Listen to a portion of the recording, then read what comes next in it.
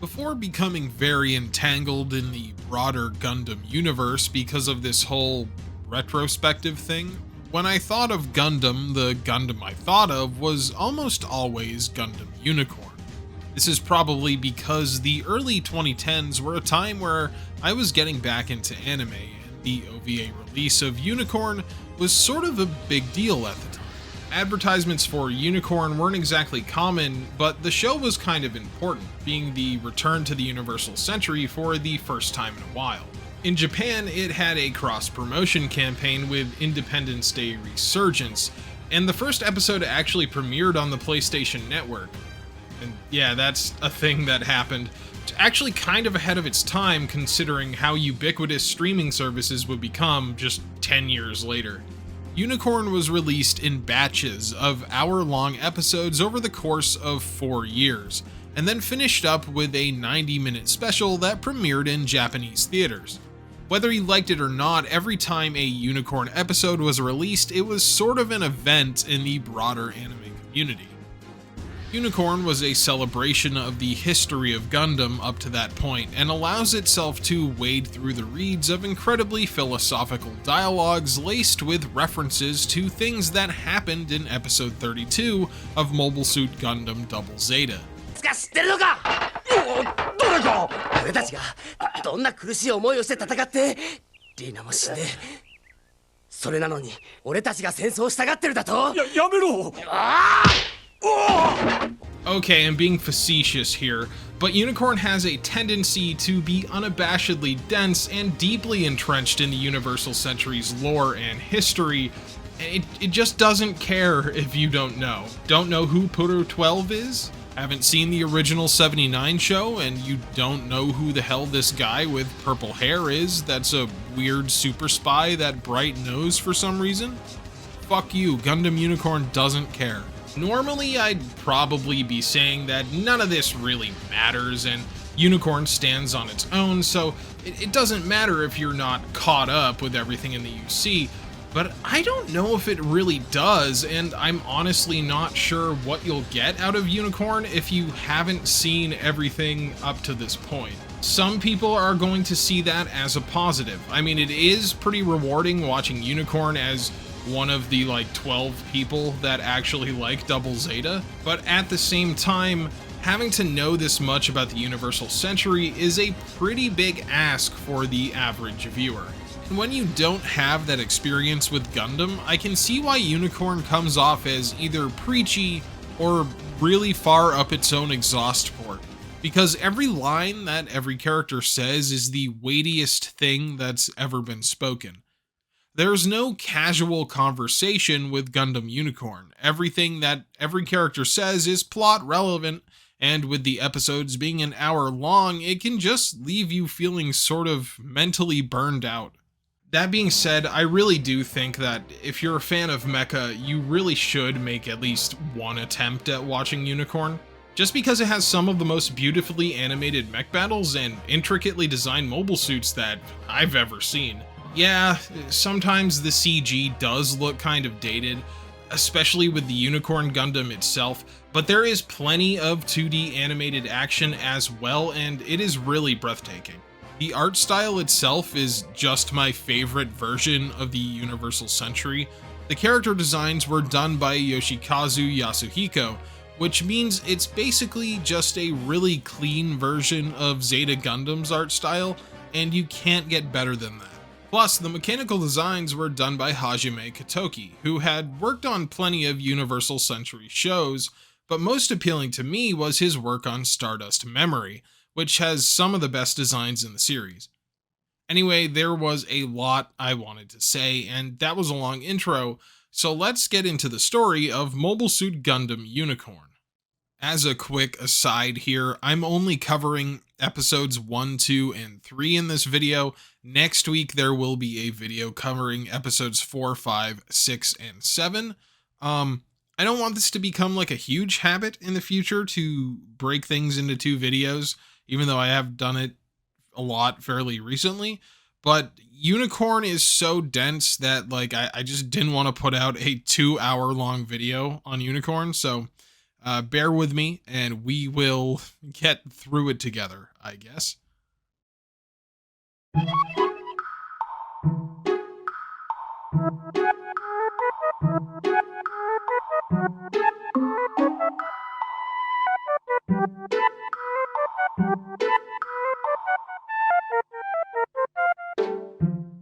Mobile Suit Gundam Unicorn starts off with a literal bang, as we see the calendar change from the old Anno Domini to the brand new Universal Century. Of course, no speech in Gundam is complete without explosions, and the birth of a new century coinciding with a terrorist attack is just so Gundam that I'm not surprised at all. Consider it an ill omen for the rest of the Universal Century's history. In the current year of UC 0096, only 3 short years after the Second Neo-Zeon War depicted in Char's counterattack, the Neo-Zeon remnants are now known as the Sleeves, a very intimidating moniker for a group of Spacenoid separatists. We meet a really old man named Siam Vist, and kind of get the feeling that he's probably on his way out. He waxes poetic about leaving something to the next generation, something specifically called Laplace's box, an item that he leaves to the current head of the very powerful Vist Foundation, Cardius Vist. Now, what is inside the box and why everyone thinks it might be able to shake the Federation down to its very core is kind of the carrot on the end of the stick for almost all of Unicorn's runtime. And it might disappoint some people to know that a lot of Unicorn's plot is just a MacGuffin hunt. However, while this trope is tried, true, and exhausted, Unicorn is much more concerned with its exploration of philosophy, motive, and politics than the nuts and bolts story. A pilot for the Sleeves known as Merida Cruz gets in a skirmish with 3 Federation Jeggans. And boy oh boy am I glad to see these amazing suit designs again. Alas, even with how cool Jeggans are, they cannot stand up to the Zeon pilot and her mastery of the Psi-Commu controlled funnels. Even though one of the Federation pilots seems pretty good and is able to close the gap with beam saber drawn, his charge doesn't last long and the Sleeves continue on their way to an unknown objective. Our main character is introduced as a bored kid in history class on a colony called Industrial 7. Banagher Lynx is definitely a name, that's for sure, and everyone seems to pronounce it differently. I'm just gonna go with how the original Japanese pronounces it, even though I desperately want to pronounce it Banagher. Little did I know when I started watching this that Banagher is actually an old Irish name. So that should be the way it's pronounced, but I guess I'm just gonna go with Banagher. Someone's gonna yell at me no matter what, so whatever. Not only is the school kind of boring, it's also a corporate school run by Anaheim Electronics. Perhaps the most dastardly tech company in all of Gundam, and I'm sure they give a really unbiased education. What's more interesting to our young protagonist is the top secret mobile suit flying around outside. Either Banagher is a new type, or that kid has the best eyes I've ever seen. Those eyes come in handy not too long after class, as Banagher sees a young woman literally floating around in space and steals a petite mobile to save her. She is introduced as Audrey Byrne, a stowaway from the Sleeve ship during the intro that has just docked with the colony. Let me point out that Audrey fell into the space inside the colony, which means there was artificial gravity. That must have just felt like falling indefinitely, which is absolutely terrifying. Audrey doesn't really waste time introducing herself to Banagher and tells him that she desperately needs to meet with someone at a colony construction facility nicknamed the Snail to prevent something ominous from happening. Banagher is immediately infatuated with Audrey and decides to help her. However, pretty much right as soon as they set out for the facility, they overhear a security announcement and they surmise that the colony police are looking for them. While the police don't run into Banagher and Audrey, Merida and her goons do, and a pretty impressive chase sequence ensues.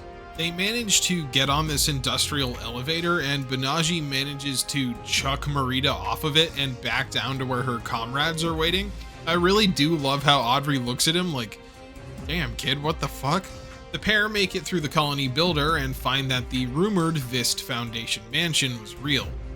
Inside, Audrey and Banagher meet with Cardius, who immediately tells Audrey not to reveal her true identity to Banagher.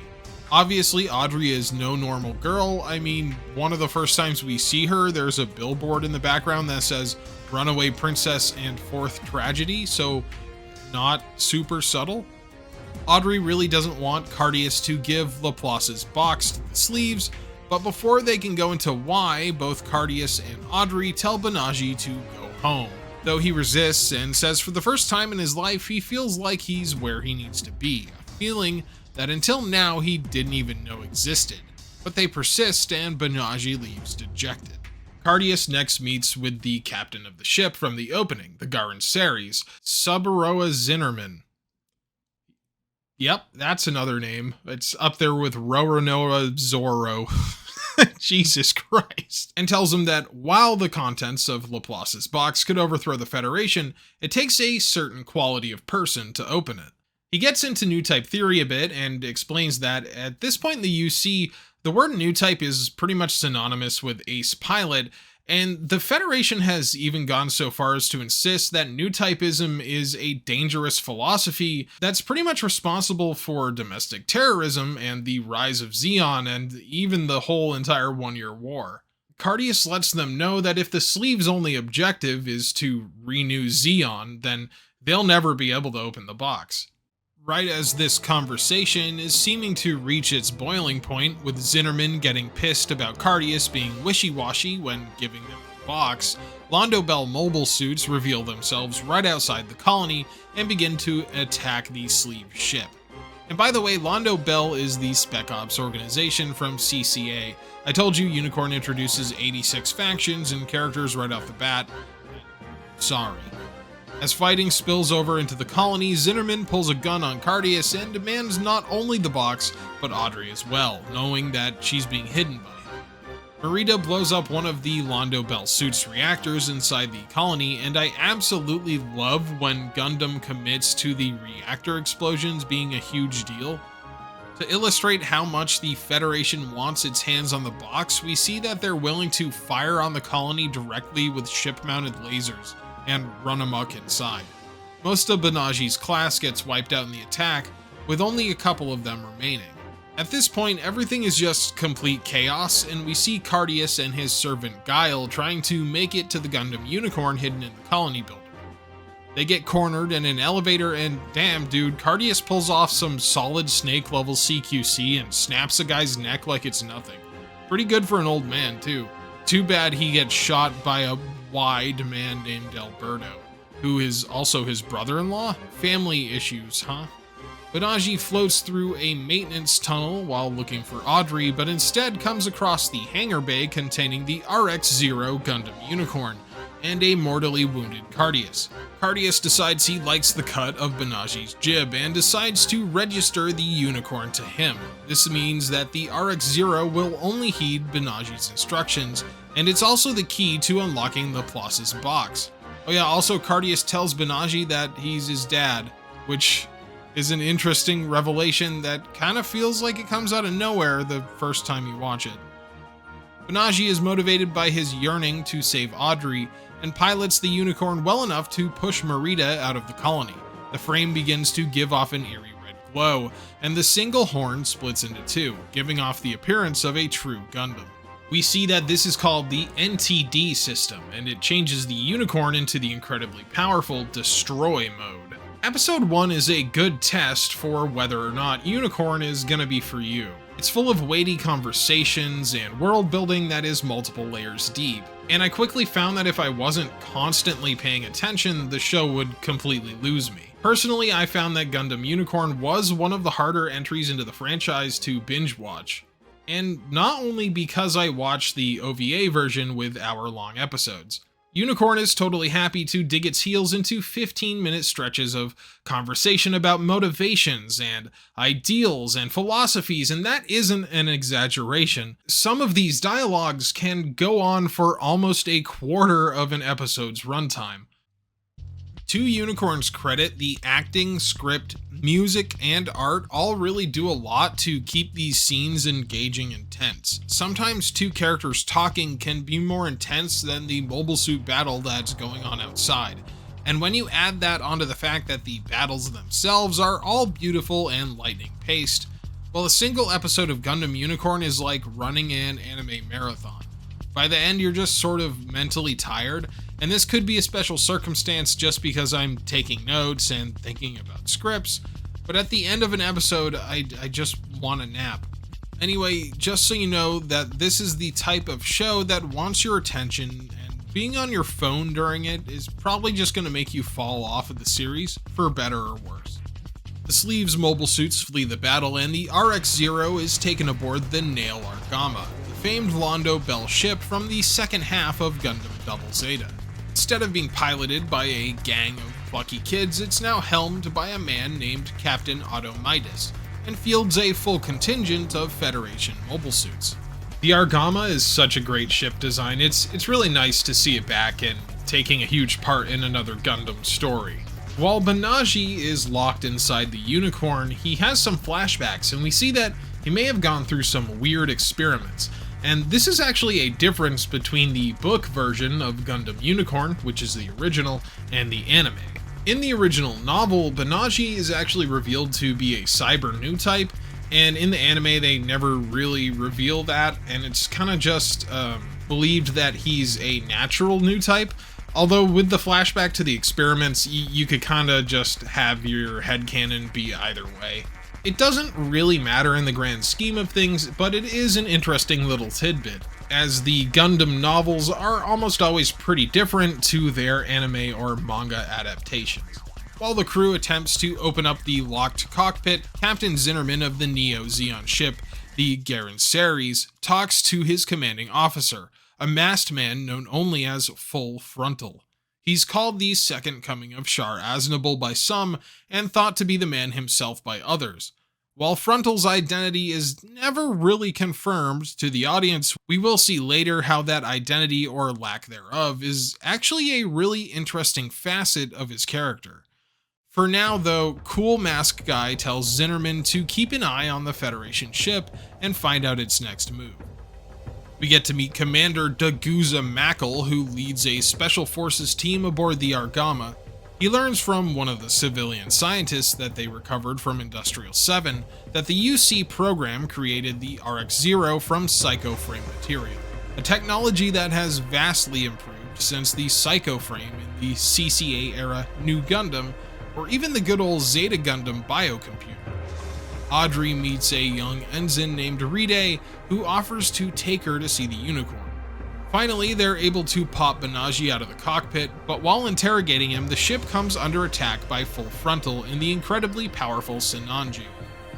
Ride leaves Audrey and launches alongside the Londo Bell pilots, but as soon as Mr. Alberto sees the red Sinanju, he tells Captain Otto that there's no way that they can win. Audrey wants Banagher to escape with her and find a way to destroy the RX-0, saying that the key to Laplace's box is too dangerous for either faction to get a hold of. Before they can decide what to do, Daguza shows up and brings Audrey directly to the bridge. He announces over the combat radio that the Argama has Minerva Lauzabi, the princess of Neo Zeon, aboard, so that any damage that might happen to the ship would be unfortunate. Now, if it weren't for those two giant billboards making Audrey look like Chekhov's princess back in episode 1, I would have said this is a really cool twist. I mean, it still is, but I think it's pretty easy to see coming, especially if you've seen Zeta and remember her from that. While Daguza thinks that Minerva's life is the perfect betting chip, Full Frontal is an incredibly pragmatic man, and weighing the fact that he doesn't even know if they're telling the truth, he just demands all the cargo from Industrial 7. Despite their little hostage situation and even threatening to kill Minerva right in front of Banagher, Frontal decides to just destroy the ship anyway. Banagher gets really mad and decides to take out the Unicorn in an attempt to both save Minerva's life, and because he really hates the fact that they're willing to use her as a sort of human shield.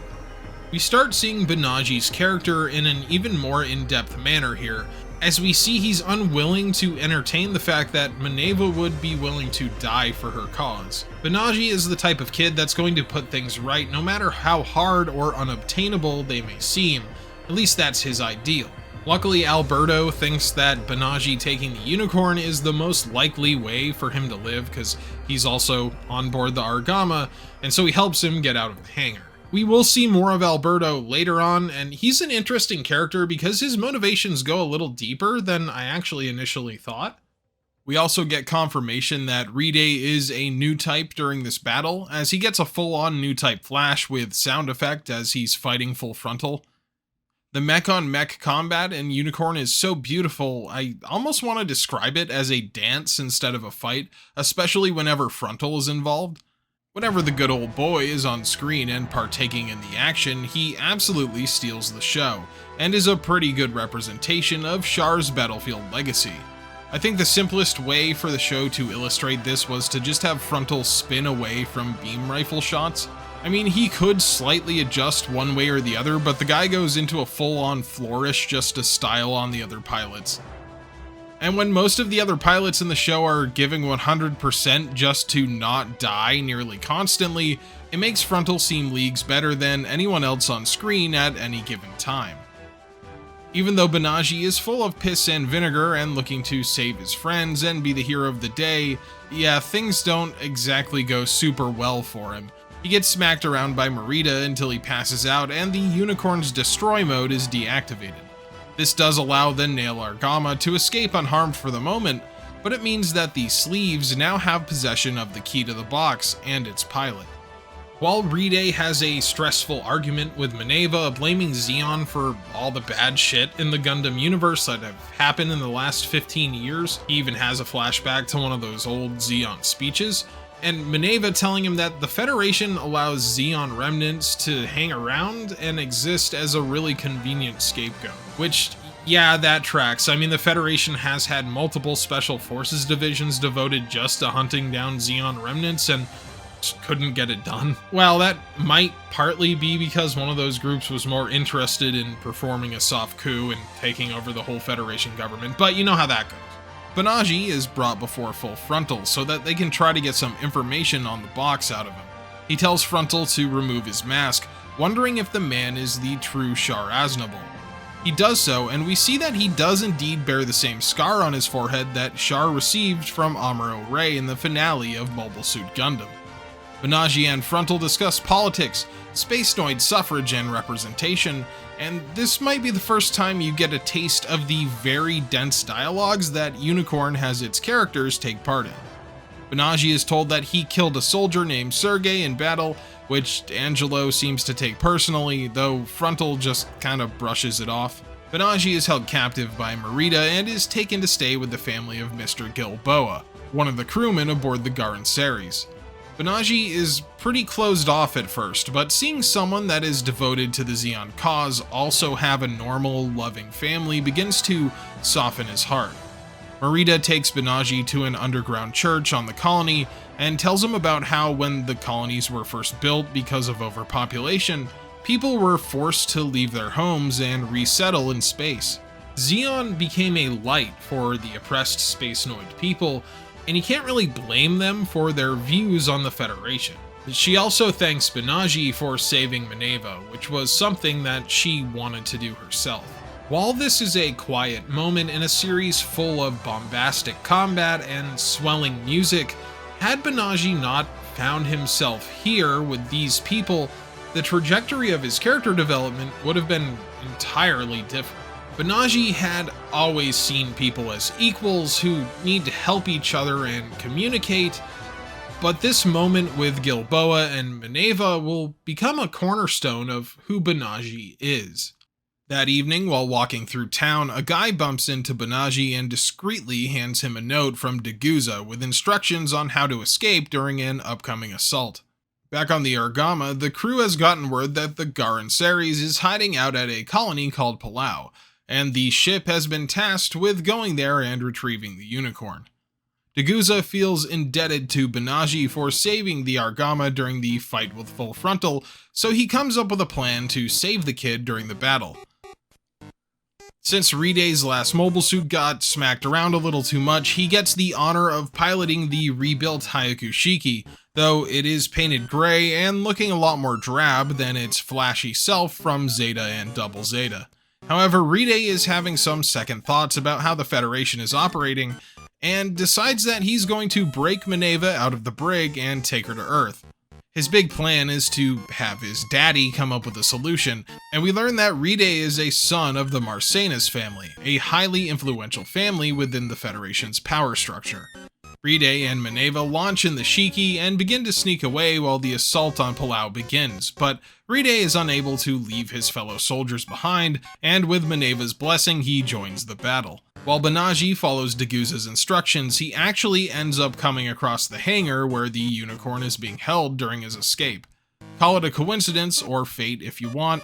Whichever it is, it's lucky because Full Frontal has shown up outside and is in the process of kicking some Londo Bell ass.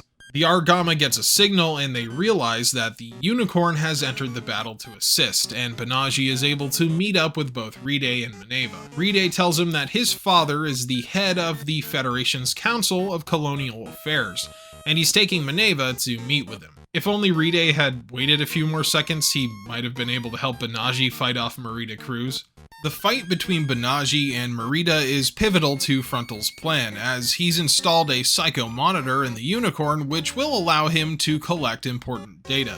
Frontal hopes to force the unicorn to activate the NTD mode, and explains that it actually stands for New Type Destroy mode, and when the suit senses that an enemy pilot is a new type, it will disable its limiters and attack.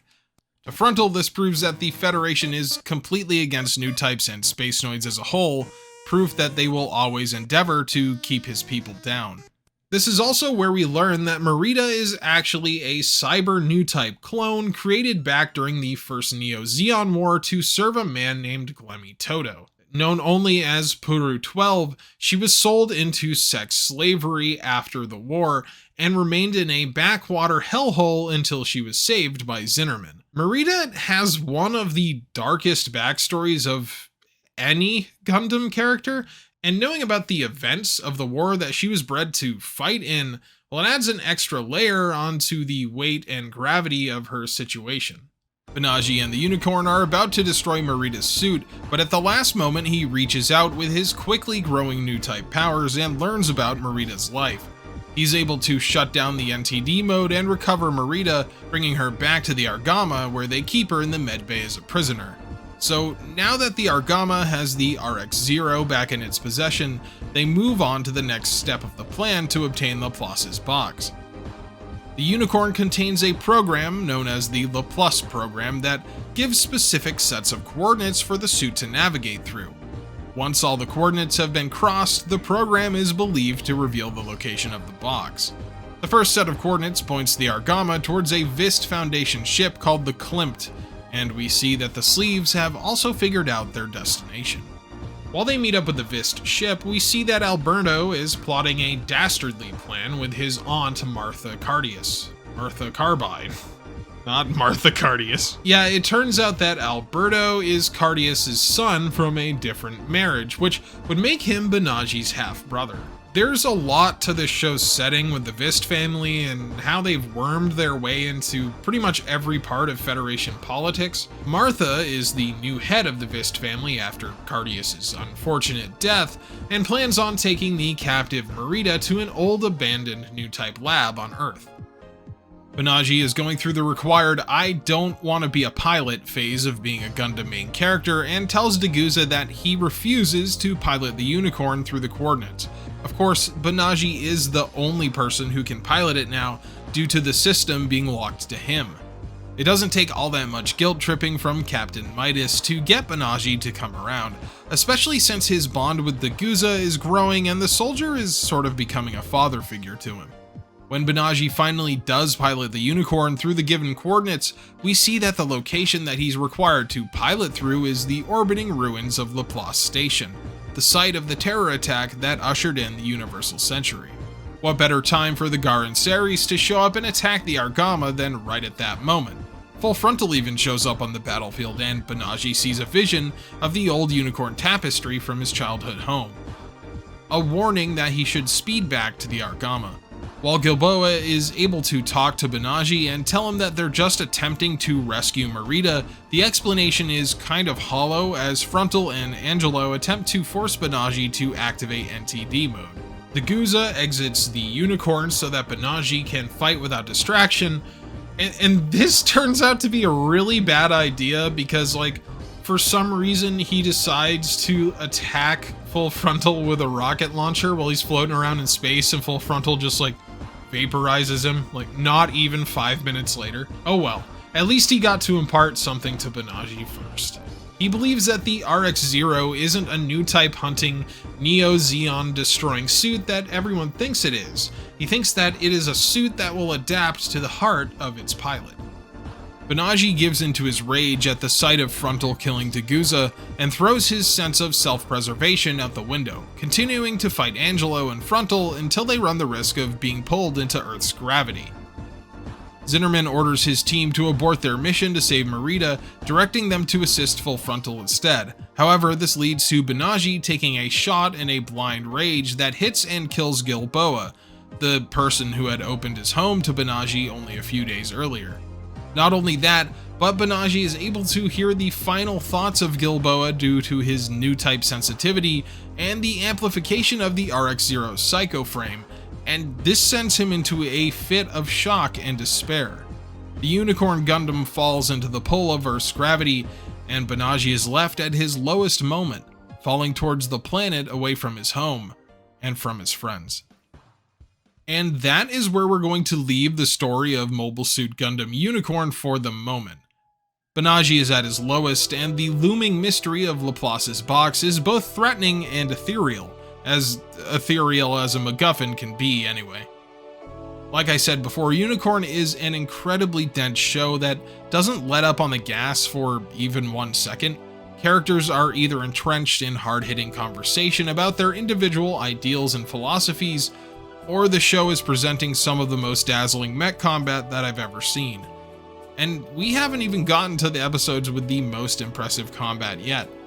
There is also no ignoring the fact that Unicorn is very mired in new types and the kinds of stories that the mech piloting psychics bring along with them. So if you're part of that subsection that really doesn't like the space magic stuff, you're probably gonna hate Unicorn. In fact, I'm not really sure what you would get out of it, besides maybe the visuals and music. Personally, I really liked Unicorn throughout its first half, despite feeling kind of mentally exhausted at the end of each episode. However, as someone who has seen all of the Universal Century up until this point, well, man, Unicorn is really rewarding. It feels like a show that was made specifically for me to watch, and I just don't think I've ever been able to get that experience from any other franchise or series ever. So with episodes 1 through 3 out of the way and Banagher arguably at his lowest here, we're gonna leave it until next time. I hope you guys enjoyed this in-depth look at the first half of the series, and thank you for allowing me to really dig into the episodes individually, as splitting the episodes into multiple videos really isn't my favorite thing. If you did enjoy today's video, please remember to leave a like, and I will see you all again very soon. Hey everyone, and welcome to today's end card. If you stuck around to the very end, thank you very much. I know this video has been long in the works and it only covers episodes 1 through 3, but man, a lot of stuff has happened in the past month since I put out the season 1 of Ray Earth video. Well, let me thank the channel members specifically here for sticking around, aka Batosai, Argent, Griever, Brian Sanchez, D Mills, Daniel Johnson, Danky Stank, Swanky Mank, Gert, Joe Castellanos, Joe Cavazos, John Lamb, Johnny G, Canto 20, McLean Nugent, Trey Hardy, Video Game Player 75, and Zappa Slave. Thank you guys very much. I do very much appreciate it. In the time since I last talked to you, because I uploaded a video, let's see, I've had a friend staying with me for a little bit, and I actually went to a local anime con, so that was really fun. First time I've done that since the old pandemic. so that kind of cut into time working on videos. And then also it's just been incredibly humid and rainy for like 3 weeks straight, and it has made me very tired. But overall, and I think that just combined with how heavy and like dense Gundam Unicorn is made my brain just like shut down for a while. And of course Diablo 4 released, and I mean, I haven't put as much time into it as my friends have. I've only got like 20 hours in there, 25-ish, but yeah, that took up a chunk of my time. I'm not gonna make excuses for that one. So thank you guys very much. I'm already like done with the script for the second half, so the next video should be out in a week, and I'm planning on putting out a video every week in July. So I will see you much more this month, hopefully. And yeah, if you got this far, let me know down below. Let me know if you liked the video or if you hated it. If you hated it and you got this far, wow. Well, bye.